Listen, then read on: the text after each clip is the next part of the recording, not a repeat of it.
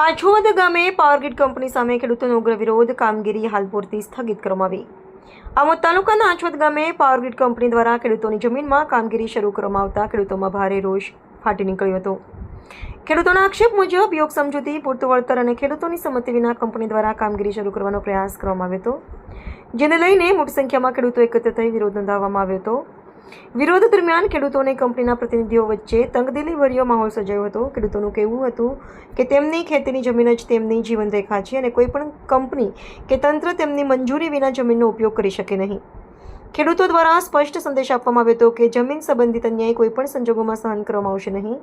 ખેડૂતોના ઉગ્ર વિરોધને પગલે આખરે કંપની અને તંત્રને પાછળ હટવું પડ્યું હતું. હાલ પૂરતી કામગીરી સ્થગિત કરવામાં આવી છે અને ખેડૂતોને પોતાની રજૂઆત તથા ચર્ચા માટે 2 થી 3 દિવસનો સમય આપવામાં આવ્યો હોવાનું જાણવા મળ્યું છે. આ ઘટનાએ સમગ્ર પંથકમાં જમીન સંપાદન અને ખેડૂતોના હકોના મુદ્દે નવી ચર્ચા જગાવી છે.